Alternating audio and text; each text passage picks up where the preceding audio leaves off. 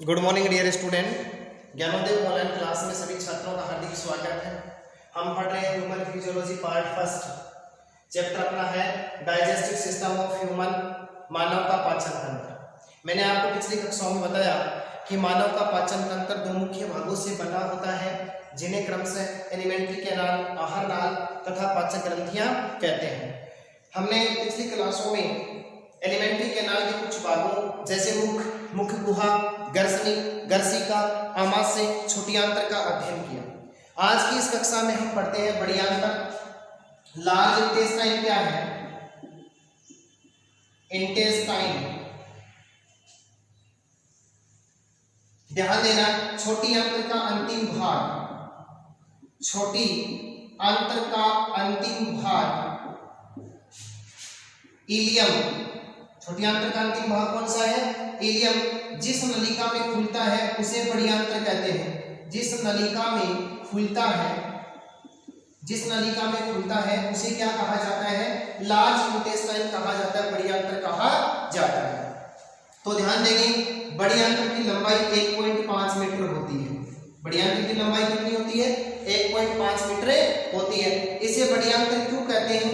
तो ध्यान देना, बड़ी आंत्र की गुहा का व्यास छोटी आंत्र की तुलना में अधिक होता है, अतः इसे बड़ी आंत्र के नाम से जाना जाता है। लॉजिक क्या है कि छोटी आंत्र की लंबाई 6 से 7 मीटर मानी जाती है, बड़ी आंत्र की लंबाई 1.5 मीटर मानी जाती है। फिर भी इसे बड़ी आंत्र क्यों कहा गया?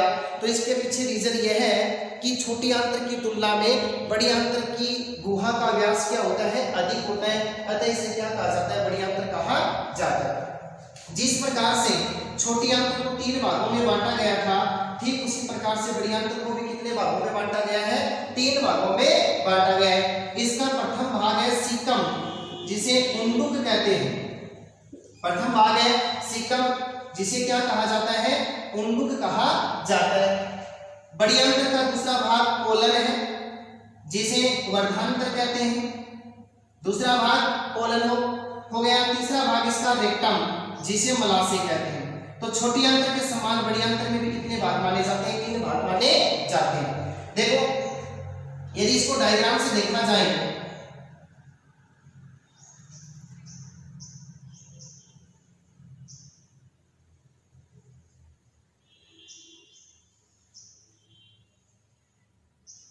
चित्र में कुछ महत्वपूर्ण भागों को दर्शाया गया है।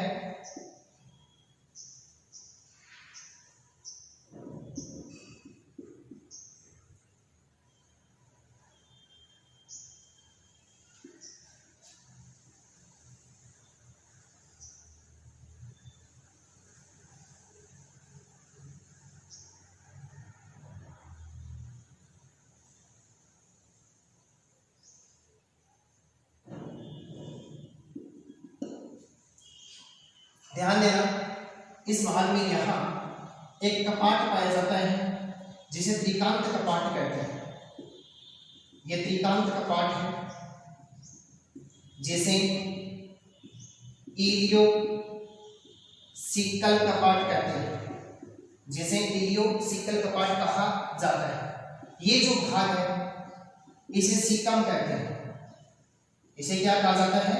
सीकम कहा जाता है। इन कोशिकाओं को होस्ट्रा सेल बोलते हैं और इनके बीच में अनुलंब कोशिकाएं पाई जाती हैं या अनुलंब कोशिकाओं के बैंड पाए जाते हैं, जिन्हें टिनी की कोशिका कहते हैं, जिन्हें टिनी की कोशिका कहा जाता है। इनके मध्य टिनी कोशिका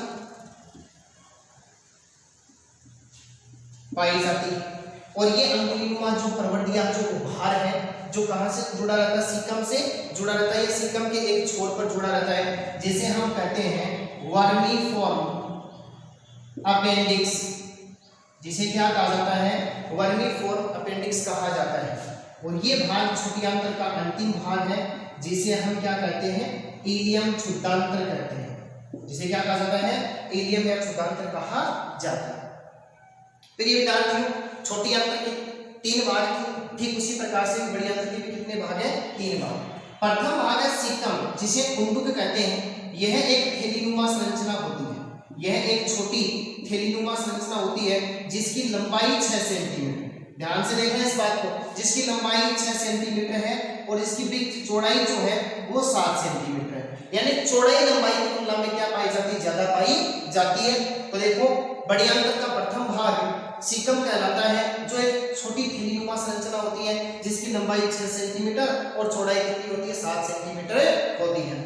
इस सीकम के एक सिरे पर एक बंद अंगुलीनुमा उभार या प्रवृत्त पाया जाता है जिसे हम वर्मी फॉर्म अपेंडिक्स या जिसे कर्मी रूपी परिसेसिका कहते हैं। ध्यान देना, कर्मी रूपी परिसेसिका कहा जाता है।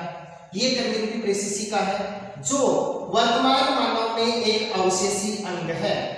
वर्तमान मानव में क्या है, एक अवशेषी अंग है। हमारे पूर्वजों में डाइजेस्टिव सिस्टम में ये किसी महत्वपूर्ण कार्य को संपादित करता था, लेकिन वर्तमान मानव में इस अंग का कोई विशेष कार्य नहीं होने के कारण इस अंग को क्या माना जाता है, अवशेषी अंग माना जाता है, जिसकी लंबाई मुख्यतः लगभग 8 सेंटीमीटर मानी जाती है।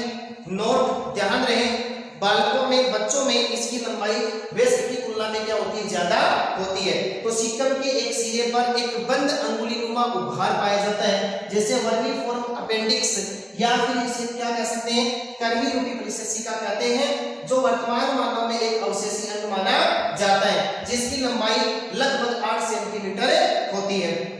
अब ध्यान देना, नोट लगा करके अपनी नोटबुक में लिखना, कोलन, ये कोलन वाला भाग है। कोलन तथा इलियम के मध्य, कोलन तथा इलियम के मध्य स्थित त्रिकांत कपाट जिसे इलियोसिकल कपाट कहते हैं, जो क्या काम करता है, भोजन इलियम से कोलन में पहुंचता है, उस भोजन को पुनः कोलन से इलियम में जाने से रोकने का काम करता है। तो ध्यान रहे, नोट लगाकर मैंने आपको एक बात बताई कि इलियम तथा कोलन के बीच एक त्रिकांत कपाट पाया जाता है जिसे इलियोसिकल कपाट कहते हैं। यह कपाट भोजन को इलियम से किसमें आने देता है, कोलन में आने देता है, लेकिन पुनः कोलन से किसमें नहीं जाने देता, इलियम में नहीं जाने देता है। तो ये इसका प्रथम भाग हुआ जिसे सीकम या उंडुक कहा जाता है। अब एक इलियम और कोलन के मध्य स्थित त्रिकांत कपाट बड़ी आंत्र में भोजन को लाने का काम करता है।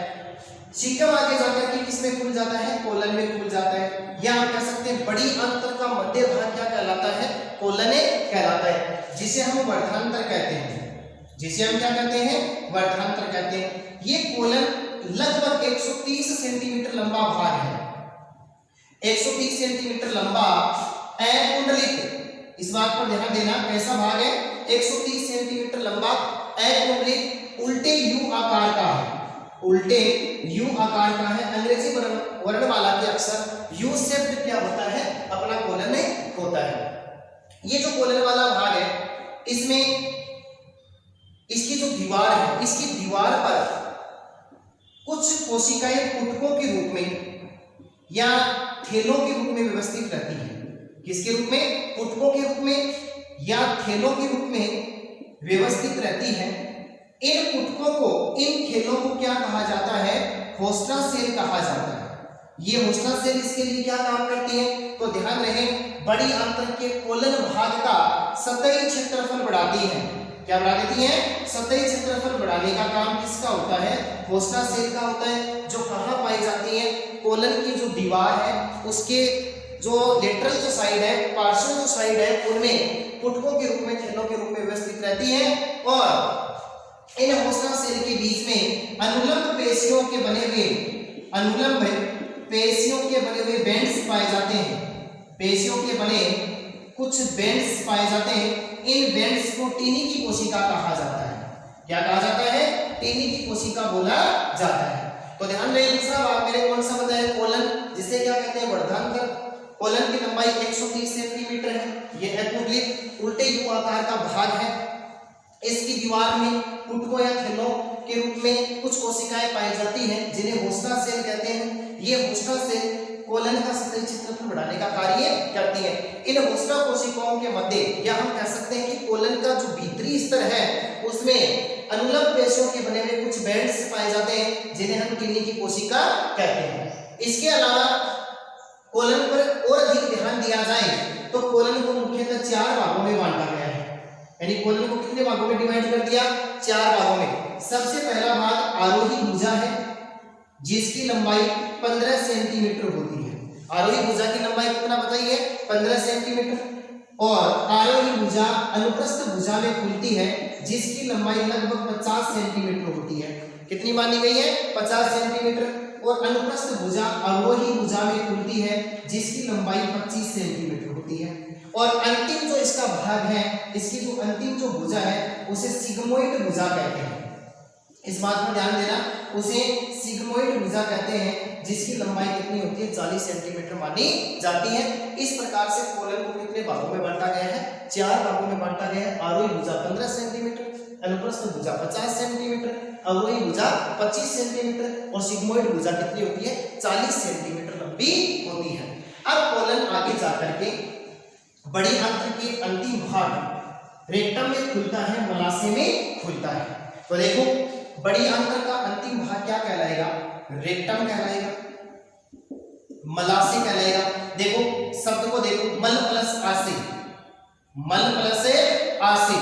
आशय संग्रह स्थल है या किसी चीज को इकट्ठा करना है, और वो चीज क्या है? अपवर्ज्य पदार्थ, हानिकारक पदार्थ, अपचित भोजन जिसे मल कहते हैं, उसको क्या करता है? ये संग्रहित करने का काम है करता है। प्रिय विद्यार्थियों, ये बड़ी आंत्र का अंतिम भाग कह सकते हैं हम, या हम कह सकते हैं कि कोलन का अंतिम भाग रेक्टम या मलाशय कहलाता है जिसकी लंबाई 16 से 20 सेंटीमीटर होती है। ध्यान देना, जिसकी लंबाई कितनी होती है? 16 से 20 सेंटीमीटर मानी जाती है। इसकी विशेषता क्या है? इसकी विशेषता यह है कि इसके अंदर गोबलेट सेल पाई जाती है। एक विशेष प्रकार की कोशिका होती है जिसे हम कलश कोशिका या गोबलेट कोशिका कहते हैं। ध्यान रहे, आपने पिछली कक्षाओं में पढ़ा था इंटेस्टाइन, और इंटेस्टाइन का प्रथम पार्ट स्मॉल इंटेस्टाइन, छोटी आंत्र। और छोटी आंत्र में मैंने आपको बताया था कि इसके अंदर जो वलन है, वलनों के बीच में एक विशेष प्रकार की आंतरिक कोशिका होती है जिन्हें लीबरकुन की गट्टिकाएं कहते हैं। और उन लीबरकुन की गट्टिकाओं में 3 महत्वपूर्ण कोशिकाएं थी, जिसमें प्रथम कोशिका गोबलेट सेल या कलश कोशिका थी जो छोटी आंत्र के लिए श्लेष्मा को सीक्रेट करती है। ठीक उसी प्रकार से बड़ी आंत्र में श्लेष्मा को स्रावित करने के लिए मलाशय वाले क्षेत्र में एक विशेष प्रकार की कोशिका पाई जाती है जिसे गोबलेट या कलश कोशिका कहा जाता है। तो प्रिय विद्यार्थियों, ये श्लेष्मा को सीक्रेट करती है। ये किसको सीक्रेट करती है? श्लेष्मा को सीक्रेट करती है। इसके अलावा मलाशय की भित्ति कोशिकाओं में या दीवार में जल तथा लवणों को अवशोषित करने वाली कोशिकाएं भी पाई जाती है। जल तथा लवणों को अवशोषित करने वाली कोशिका भी किसमें पाई जाती है? रेक्टम में पाई जाती है। रेक्टम का सबसे महत्वपूर्ण कार्य हो गया यह है अपचित भोजन का संग्रह करती है। अपचित भोजन को ग्रहण करती है, या फिर हम कह सकते हैं उसका संग्रहण करने का कार्य करती है, जिसे मल द्वार एनएस के द्वारा समय समय पर शरीर से बाहर निष्कासित कर दिया जाता है।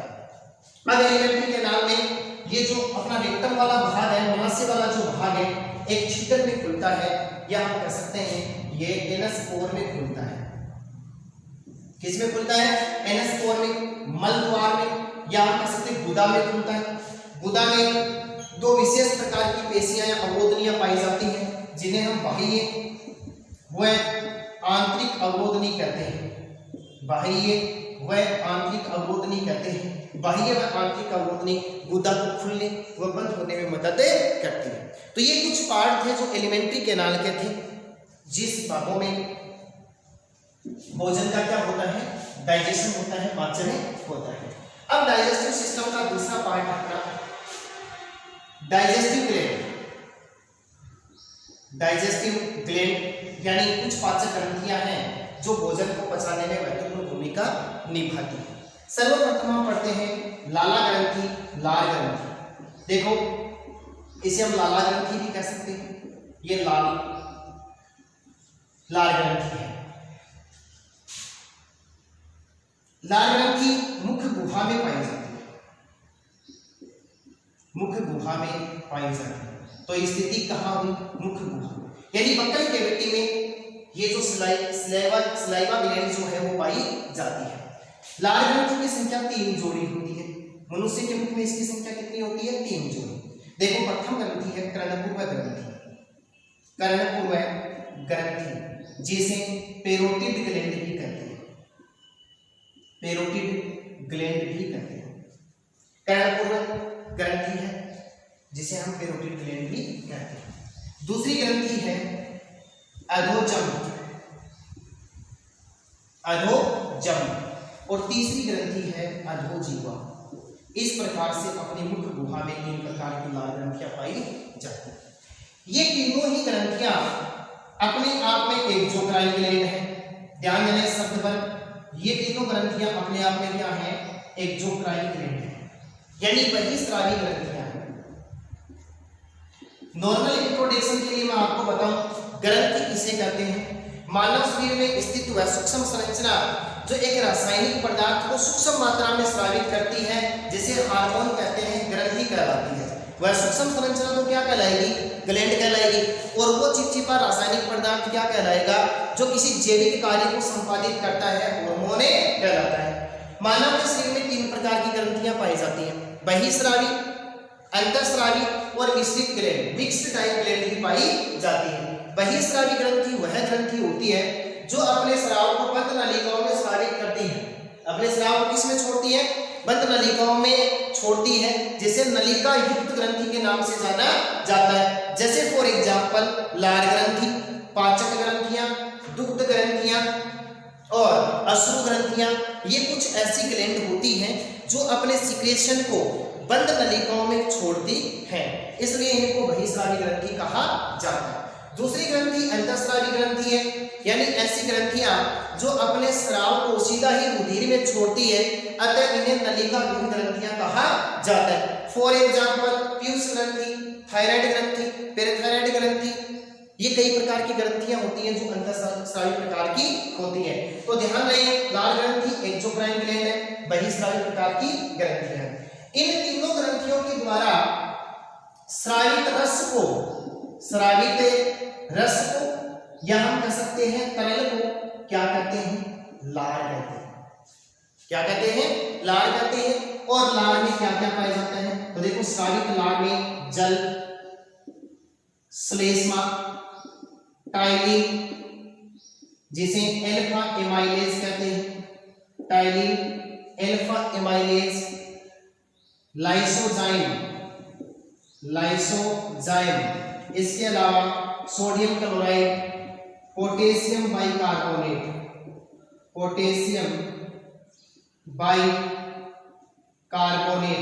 के लवण बने रहते हैं। तो इस लार में क्या क्या पाया जाता है? जल, श्लेष्मा, ptyalin, alpha amylase, lysozyme, sodium chloride, potassium bicarbonate के लवण बने रहते हैं। ये जो श्लेष्मा है, ये लाल ग्रंथि को चिकना व नम बनाए रखने का कार्य करता है, साथ ही साथ मुख गुहा को भी नम बनाता है। टाइलिन, एल्फा एमाइलेज ये एक प्रकार का पाचक एंजाइम है। यह एक प्रकार का क्या है? पाचक एंजाइम है, जो सुक्रोज को, कौन सी शर्करा को? सुक्रोज को माल्टोज शर्करा में तोड़ने का काम करता है। तो ये टाइलिन, एल्फा एमाइलेज एक पाचक एंजाइम है जो सुक्रोज को माल्टोज शर्करा में तोड़ने का काम करता है। लाइसोजाइम ये क्या काम करता है? ये जीवाणु को नष्ट करने का काम करता है। तो देखो, लार ग्रंथि से स्रावित लार का काम क्या हो गया? भोजन का पाचन करना, मुख गुहा को नम बनाना। इसके अलावा एक महत्वपूर्ण कार्य है, यह लार ग्रंथि जो है ये बोलने में मदद करती है। तो इस प्रकार से हमने किसको पढ़ा? लार ग्रंथि को पढ़ा। अपनी दूसरी पाचक ग्रंथि है अग्नाशय ग्रंथि। ध्यान देना, अग्नाशय ग्रंथि यह अनियमित आकार की ग्रंथि है जो ग्रहणी की दोनों भुजाओं के मध्य पाई जाती है। दोनों भुजाओं के मध्य पाई जाती है, मध्य स्थित होती है, मध्य पाई जाती है। अनियमित आकार की ग्रंथि है जो ग्रहणी की दोनों भुजाओं के मध्य स्थित होती है।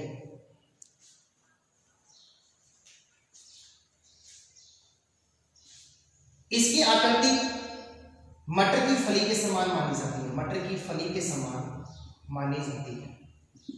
तो ध्यान दें, अग्रासी ग्रंथि अनियमित आकार की ग्रंथि है जो ग्रहणी की दोनों भुजाओं के मध्य स्थित होती है, मटर की फली के समान होती है इसकी आकृति, और ध्यान रहे यह गुलाबी रंग की है। ये किस रंग की होती है? गुलाबी रंग की होती है।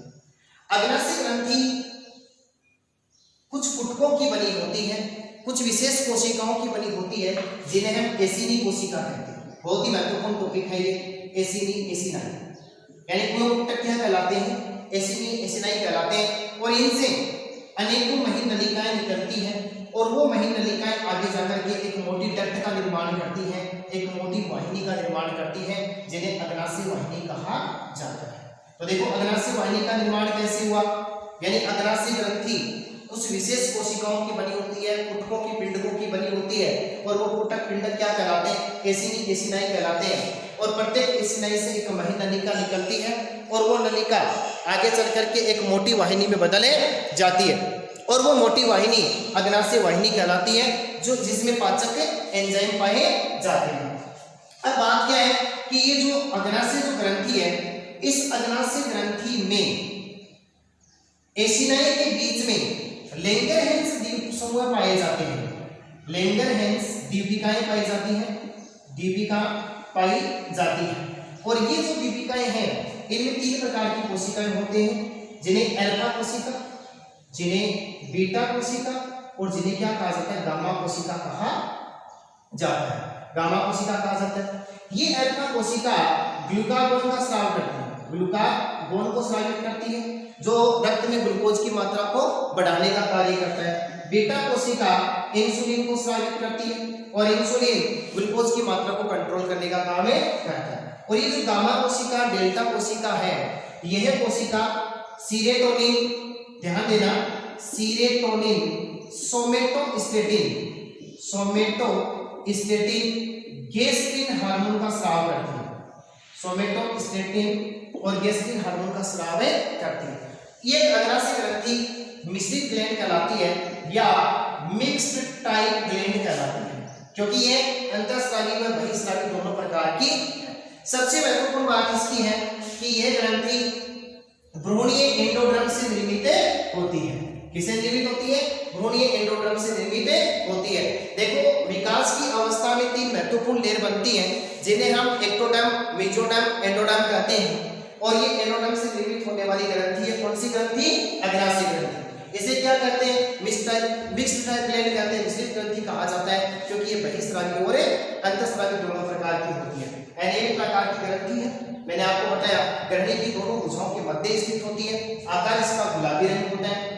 इसकी जो कोशिकाएं हैं या इनकी जो अग्नाशय ग्रंथि की जो कोशिकाएं हैं वो पिंडक या पुटक बनाती हैं, जिन्हें एसिनी कहते हैं। और प्रत्येक एसिनी से एक महीन नलिका निकलती है जो आगे जाकर के मिलकर एक दूसरे से मिलकर के अग्नाशय वाहिनी बनाती है, और ये अग्नाशय वाहिनी पाचक एंजाइम को सीक्रेट करती है और प्रवाहित करती है।